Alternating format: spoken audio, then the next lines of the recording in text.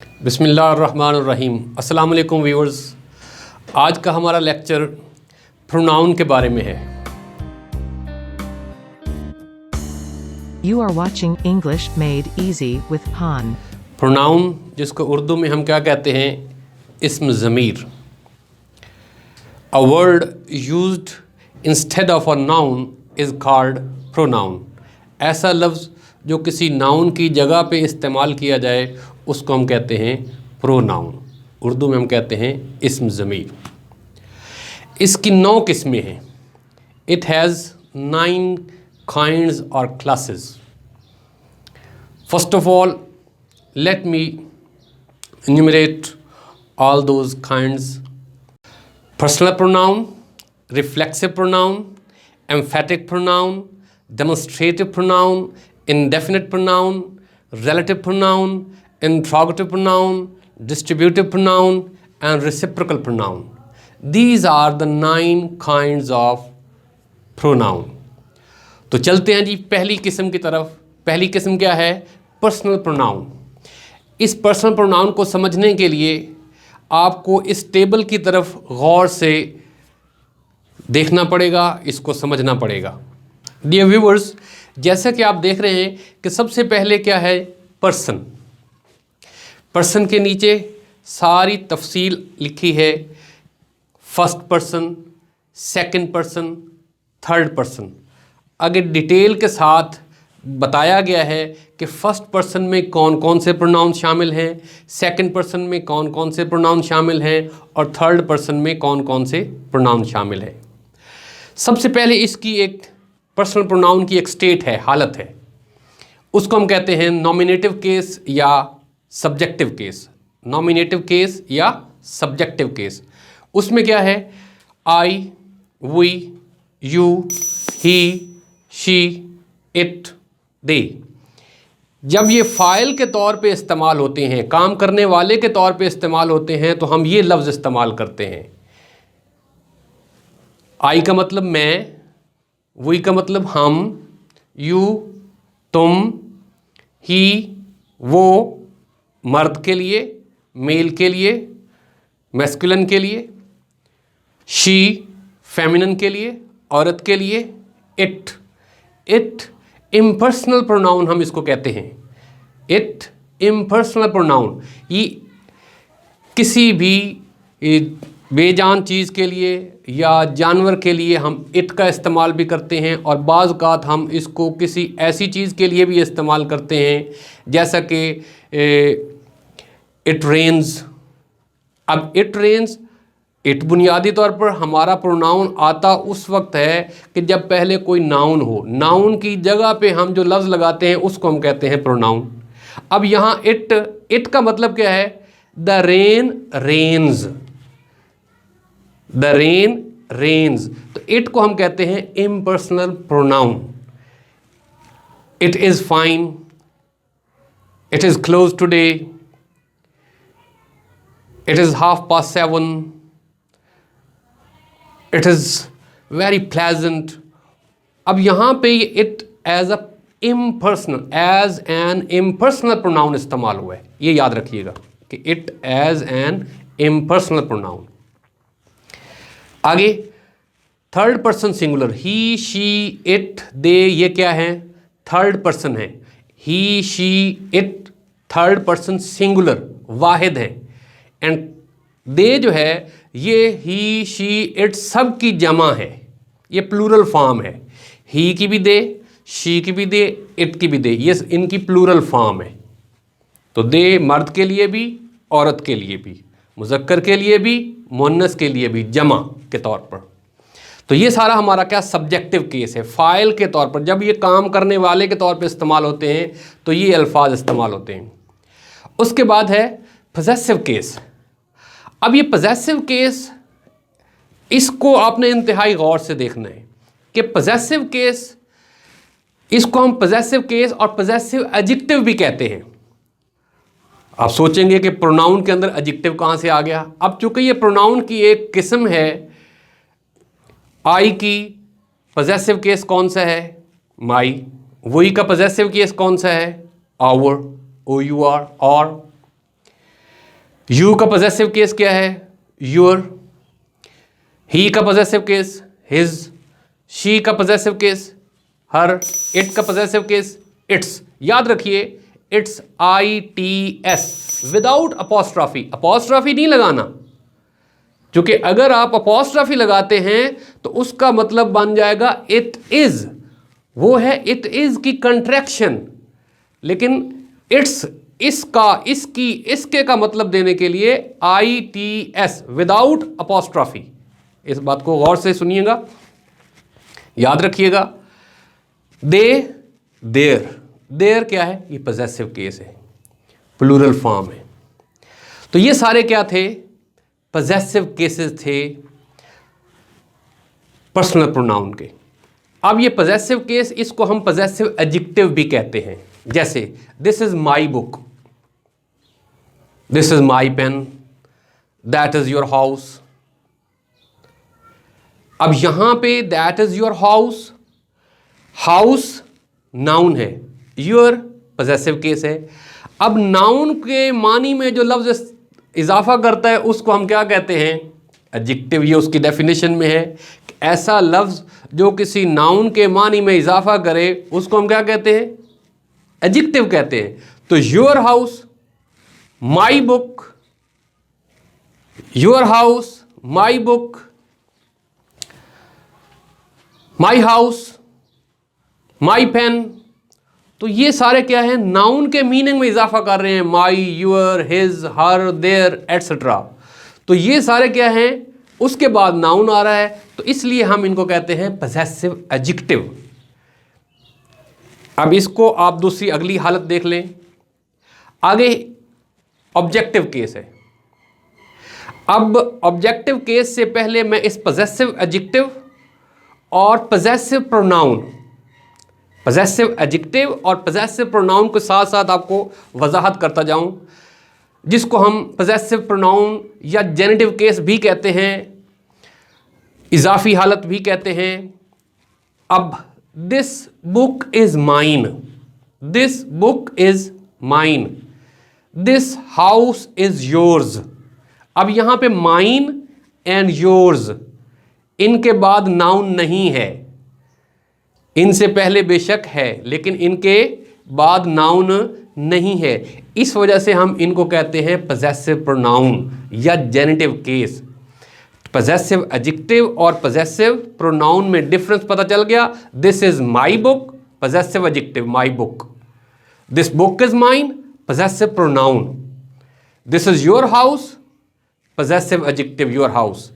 This house is yours, possessive pronoun.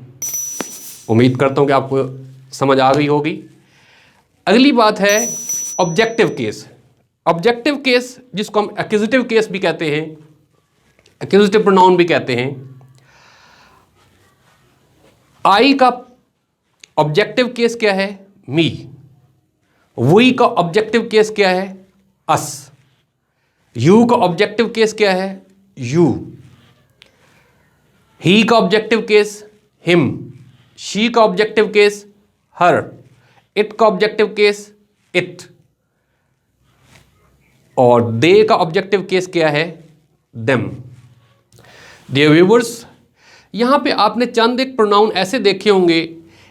It subjective case भी वही है, इट ऑब्जेक्टिव केस भी वही है, एक्यूजिटिव केस भी वही है। यू सब्जेक्टिव केस भी वही है, यू ऑब्जेक्टिव केस भी है, यानी कि एक्यूजिटिव केस भी है। मफूली हालत भी है, फाइली हालत भी वही है। तो हमें पता कैसे चलेगा कि ये सब्जेक्टिव केस है या नॉमिनेटिव केस है या ऑब्जेक्टिव केस है, एक्यूजिटिव केस है? पता कैसे चलेगा कि ये फाइली हालत है या मफूली हालत है?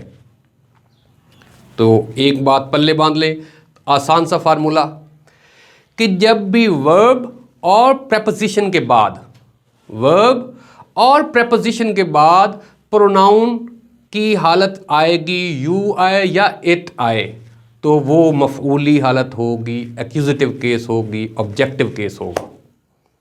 इसके अलावा होगा तो वो फाइली हालत होगी।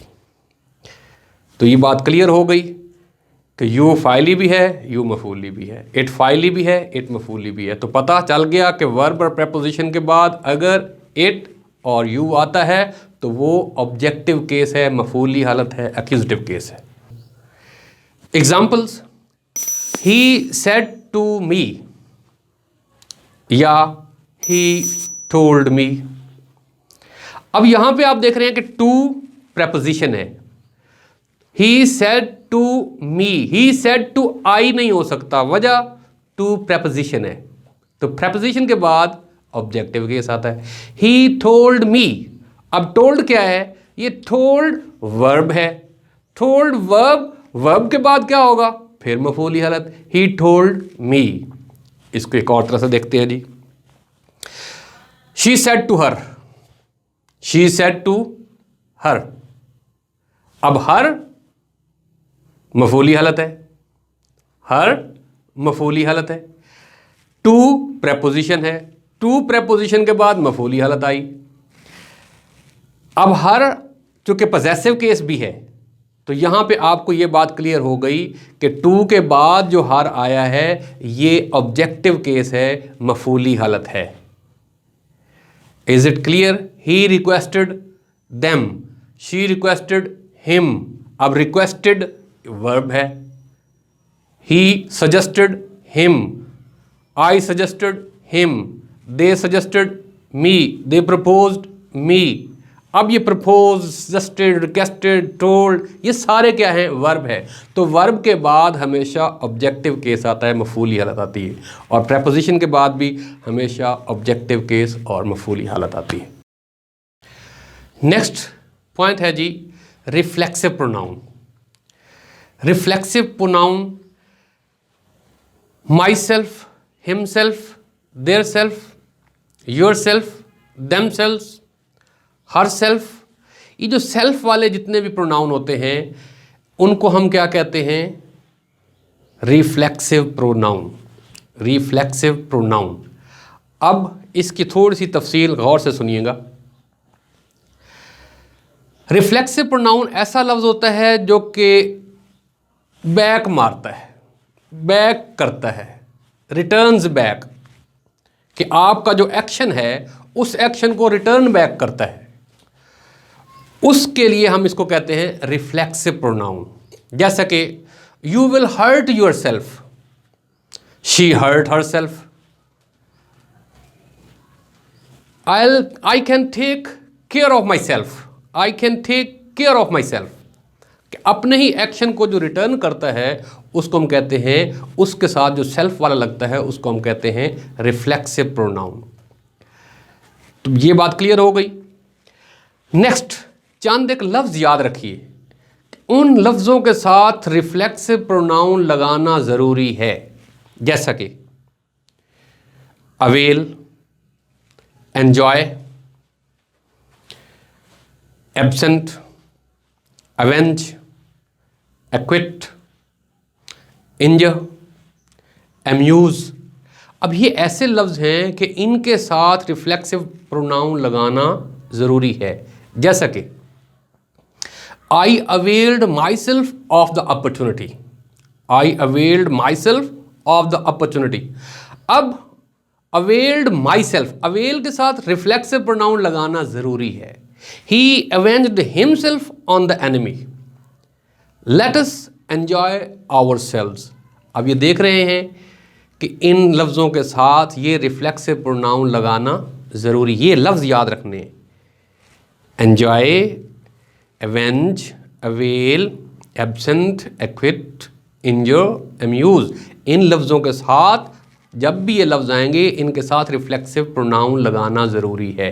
लेकिन याद रखिए कि लफ्ज़ एन्जॉय जब आएगा, एन्जॉय के बाद ऑब्जेक्ट होगा तो फिर रिफ्लेक्सिव प्रोनाउन नहीं लगाएंगे। जैसा कि he enjoyed the music, he enjoyed picnic. अब he enjoyed music, he enjoyed picnic. अब यहाँ पे आप देख रहे हैं पिकनिक, म्यूज़िक, ये ऑब्जेक्ट मौजूद हैं, तो अब रिफ्लेक्सिव प्रोनाउन नहीं आएगा। जब ऑब्जेक्ट नहीं होगा तो फिर हम रिफ्लेक्सिव प्रोनाउन लगाएंगे, लेकिन ये शर्त सिर्फ एन्जॉय के लिए है, बाकी जो लफ्ज़ मैंने बताए हैं उनके लिए ये शर्त नहीं है। जैसा कि enjoy, let us enjoy ourselves, enjoy ourselves. अब लेट अस एंजॉय किस चीज़ से, कोई साथ ऑब्जेक्ट मेंशन नहीं किया गया। जब इस तरीके से ही enjoyed himself, she enjoyed her self, I enjoyed my self, अब यहाँ पे ऑब्जेक्ट साथ नहीं दिया गया तो इनके साथ रिफ्लेक्सिव प्रोनाउन आएगा। जब ऑब्जेक्ट साथ होगा तो फिर एंजॉय के साथ रिफ्लेक्सिव प्रोनाउन नहीं आएगा। अब इसके साथ कुछ और लफ्ज़ भी हैं कि जिनके साथ रिफ्लेक्सिव प्रोनाउन नहीं लगता। जैसा मैंने आपको बताया था कि चंद लफ्ज़ों के साथ रिफ्लेक्सिव प्रोनाउन लगता है, avail, enjoy, avenge, absent, amuse, injure, acquit, इन लफ्ज़ों के साथ रिफ्लेक्सिव प्रोनाउन लगता है। लेकिन keep, enlist, hide, dress, shave, qualify, hide, इन लफ्ज़ों के साथ रिफ्लेक्सिव प्रोनाउन नहीं लगाते। He kept himself away from the quarrel, he kept himself away, wrong, he kept away, keep के साथ रिफ्लेक्सिव प्रोनाउन नहीं लगता। he enlisted himself in the army, wrong, enlist के साथ भी रिफ्लेक्सिव प्रोनाउन नहीं लगता। he enlisted in the army। तो इन बातों को याद रखना है कि किसके साथ रिफ्लेक्सिव प्रोनाउन लगता है और किस लफ्ज़ के साथ रिफ्लेक्सिव प्रोनाउन नहीं लगता। अब नंबर 3 अब देखते हैं एम्फेटिक प्रोनाउन। अब एम्फेटिक प्रोनाउन वो भी my self, himself, her self, themselves, yourself etcetera, यही वाले अल्फाज एम्फेटिक भी कहलाते हैं। अब एम्फेटिक और रिफ्लेक्सिव में फ़र्क क्या है, इस फ़र्क को समझने के लिए इस फिक्रे के अंदर गौर कीजिएगा। आई माई सेल्फ वेंट देयर, जब आपने किसी चीज़ के ऊपर एम्फसाइज करना हो, जोर देकर कहनी हो बात, तो तब आप क्या करते हैं, एम्फेटिक प्रोनाउन लगाते हैं। I myself went there, he himself did so, he himself said so. जब ये खुद या बजाते खुद का मानी करें, ये जो my self, him self, them self वगैरह वगैरह, ये अल्फाज खुद या बजाते खुद का मानी करें तो तब हम इनको कहते हैं emphatic pronoun. Number 4 demonstrative pronoun. This, that, these, those, such, ये 5 लफ्ज़ आप याद रखें कि ये 5 लफ्ज़ क्या कहलाते हैं, डेमोस्ट्रेटिव प्रोनाउन कहलाते हैं। दिस, दैट, दीज, दोज या सच या नन भी इसके अंदर इस्तेमाल होता है। Demonstrative pronoun, this is my book, that is your pen, those are my mangoes, these are my pencils etcetera, इनको हम कहते हैं demonstrative pronoun. Number 5 indefinite pronoun. Indefinite pronoun इसम ज़मीर गैर मुअय्यन। इंडेफिनिट को जैसे आपको मीनिंग पता है, लामहदूद, कोई हद ही कोई नहीं, पता नहीं कहाँ तक।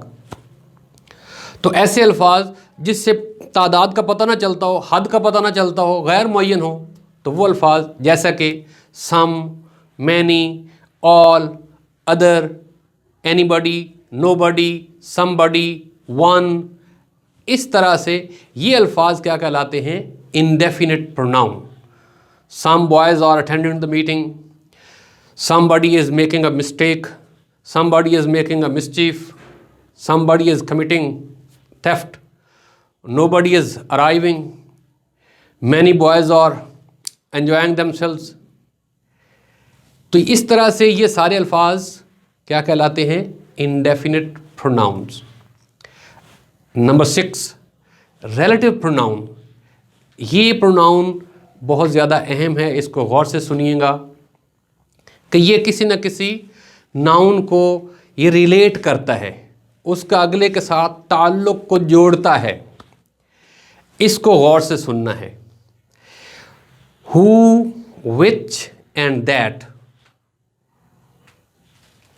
Who, which, that, whose, where, what, ये अल्फाज या whom, ये क्या कहलाते हैं? जब ये सेंटेंस के अंदर इस्तेमाल होते हैं, जब ये सेंटेंस के अंदर इस्तेमाल होते हैं और इनसे पहले कोई ना कोई नाउन होता है या प्रोनाउन होता है, उनके लिए जब ये लफ्ज़ इस्तेमाल किए जाते हैं तो इनको हम कहते हैं रिलेटिव प्रोनाउन।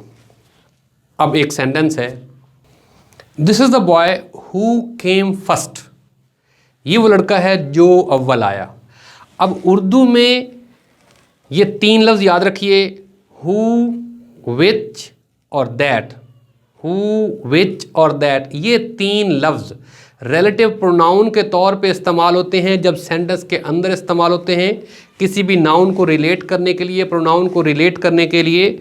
ये सेंटेंस के अंदर, शुरू में नहीं, सेंटेंस के अंदर हु, विच और दैट, ये तीनों सब्जेक्ट के लिए इस्तेमाल किए जाते हैं। पहली बात आप ये ज़हन में रखें कि ये तीनों लफ्ज़ फ़ाइल के लिए इस्तेमाल किए जाते हैं, काम करने वाले के लिए इस्तेमाल किए जाते हैं। उर्दू में इनका मीनिंग होता है जो या जो के या जिसने, जो या जो के या जिसने, ये तीन लफ्ज़ याद रखिए। जैसा कि मैंने आपको बताया, this is the boy who got the first prize, ये वो लड़का है जिसने पहला इनाम हासिल किया। This is the boy who came first, ये वो लड़का है जो अव्वल आया। तो हु किसका मतलब दे रहा है? जो या जो के या जिसने। याद रखिए, हु इंसान के लिए इस्तेमाल किया जाता है, मलकियत, ये फ़ाइल के तौर पर, फ़ाइल के तौर पर हु इंसान के लिए। सेंटेंस के अंदर मतलब कौन सा है जी? मीनिंग क्या देता है? जो या जो के या जिसने। इसके बाद इसकी एक और एग्जांपल लीजिएगा, I need a teacher who is over 50 for my son. I need a teacher who is over 50 for my son. मुझे अपने बेटे के लिए एक उस्ताद चाहिए जो कि 50 साल से ज़ायद का हो। जो या जो के, हु किसका मतलब दे दिया? जो या जो के। नेक्स्ट है विच। विच का मतलब भी क्या है? जो या जो के, ये भी फाइल के लिए इस्तेमाल होता है। ये जानवर या चीज़ के लिए, जैसा कि मैंने हु बताया था इंसान के लिए जो या जो के का तर्जुमा करता है, विच जानवर या चीज़ के लिए इस्तेमाल किया जाता है। The cow which I bought yesterday is lost. वो गाय जो मैंने खरीदी थी गुम हो गई। तो विच जानवर या चीज़ के लिए इस्तेमाल होता है और इसका मतलब उसी तरीके से जो या जो के। दैट, तीसरा लफ्ज़ दैट, दैट दोनों के लिए इस्तेमाल होता है। This is the book that I purchased yesterday. अब दैट मर्द के लिए भी इस्तेमाल होगा, जानवर चीज़ के लिए भी इस्तेमाल होगा, इंसान के लिए भी इस्तेमाल होगा और जानवर चीज़ के लिए भी। इसका मतलब भी सेंटेंस के अंदर क्या होगा? जो या जो के, रिलेटिव प्रोनाउन के तौर पर। अब ये तो थे तीन फाइल के लिए। नेक्स्ट है whom, WHOM, whom। ये मफूल के लिए इस्तेमाल किया जाता है। This is the boy whom the teacher finished. ये वो लड़का है जिसे उस्ताद ने सजा दी। अब whom किसका मतलब दे रहा है? जिसे या जिसको। अब सेंटेंस के अंदर किसी नाउन को ये रिलेट करेगा, प्रोनाउन को ये रिलेट करेगा, तो whom का मतलब क्या होगा? जिसे या जिसको। This is the boy whom the teacher finished. ये वो लड़का है जिसे उस्ताद ने सजा दी। तो और लफ्ज़ भी क्या है? whose, whose जिसका। उर्दू में इसका मतलब क्या होगा? जिसका। This the boy whose father lives in Medina. ये वो लड़का है जिसका बाप मदीना में रहता है। तो whose ने किसका मतलब किया? जिसका।